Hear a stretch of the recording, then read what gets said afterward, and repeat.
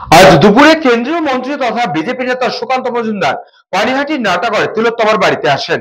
তিলোত্তমার মা বাবার সাথে কথা বলেন তিনি, তাদের কাছ থেকে সমস্ত বিষয়ের খোঁজ খবর নেন এবং তারা যে আইনি লড়াই লড়ছেন তাদের পাশে বিজেপি দল থাকবে বলে আশ্বাস দেন তিনি।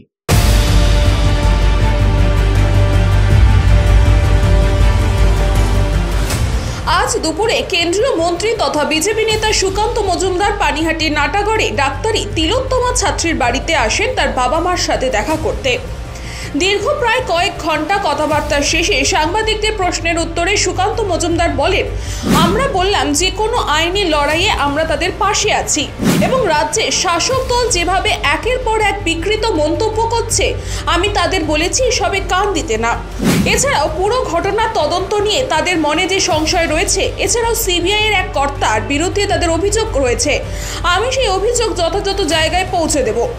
আমি জানিয়েছি ওনাদের যে আইনি লড়াই, এই আইনি লড়াইয়ে ভারতীয় জনতা পার্টি ওনাদের সাথে আছে এবং রিসেন্টলি যে ধরনের কথাবার্তা বেশ কিছু রাজনৈতিক নেতা শাসক দলের, কেউ বলছে কত টাকা নেবেন, কত কোটিতে নেবেন, ভোটে দাঁড়াবেন, এই ধরনের মন্তব্য করেছেন। এই মন্তব্যের পরিপ্রেক্ষিতে আমি জানিয়েছি যে দেখুন, এই মন্তব্যে আপনারা ঘাবড়াবেন না, ভয় পাবেন না, বিজেপি এবং পশ্চিমবঙ্গবাসী আপনার সাথে আছে, পশ্চিমবঙ্গবাসী আপনাদের সঙ্গে আছে।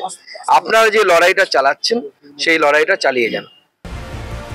অন্যদিকে সুকান্ত মজুমদার যাওয়ার পরে তিলোত্তমার বাবা মা বলেন, সুকান্ত মজুমদার এসেছিলেন, তাদের সাথে অনেকক্ষণ কথাও বললেন, এর আগেও তিনি এসেছিলেন।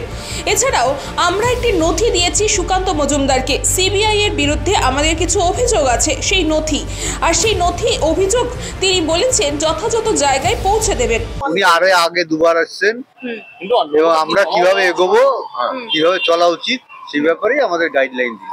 কিছু লিখিত আপনি জানিয়েছেন শুনলাম। হ্যাঁ, একটা দিয়েছি, যেটা সিবিআই এর বিরুদ্ধে আমাদের যে অবজেকশন গুলো আছে সেগুলো বলেছি, উনি যেন সিবিআই এর যে উপর মহলে সেটা পৌঁছে দেন।